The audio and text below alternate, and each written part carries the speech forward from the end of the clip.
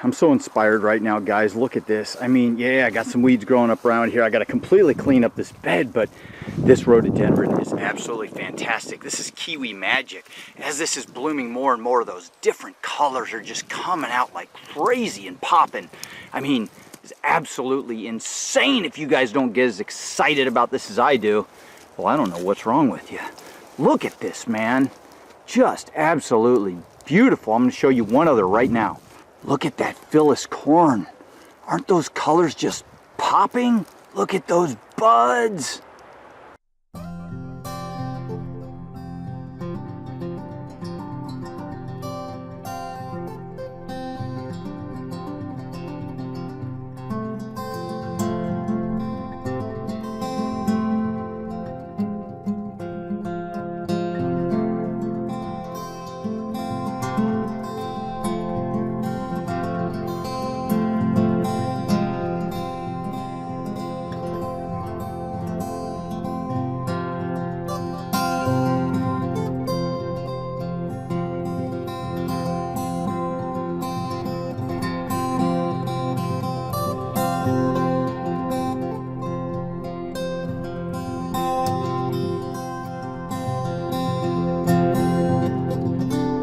There's rhododendron Blitz. Millions of little red bells just hanging down. A really reliable variety, and it's a low grower. A lot of people these days are liking the low growers, 3 to 4 foot. These things are compact and they fill in nicely, and every year just have a cascading color going on here.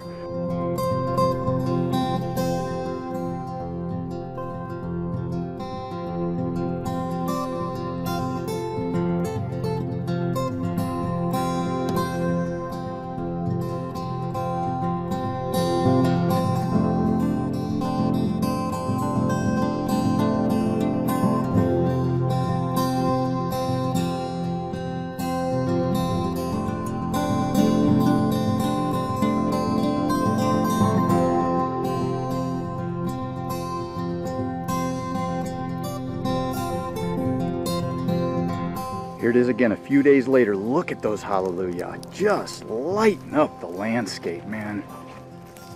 These things just really shine up.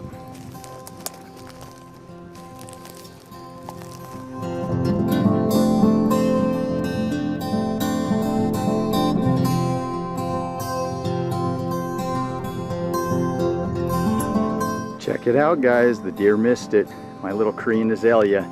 I don't keep many azaleas because the deer love these soft little branches, but this one's kind of tucked away under these rhododendrons and they didn't see it this year. Isn't she a beauty?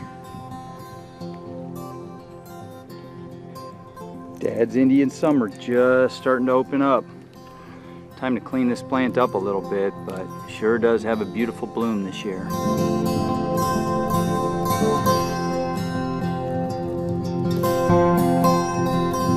Now I get questions a lot on here and people want to know how they take care of different problems. So you can see I've got a few bites out of here, and there are some bugs that get into these rhododendrons. A lot of them have to do with like root borer, weevils, and things like that.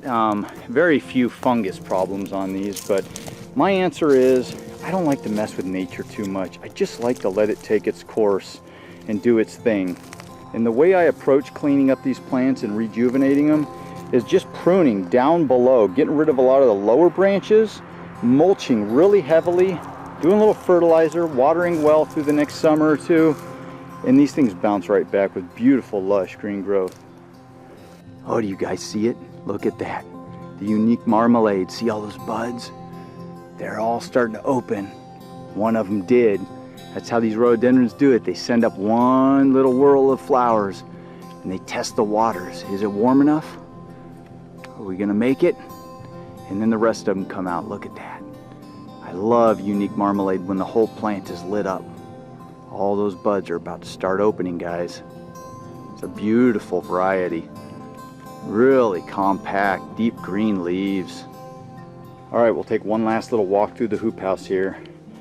Not a whole lot going on right now, but we got the end of teddy bear. Its bloom is fading there. We've got a Taurus. It's starting to lose its little blooms on it.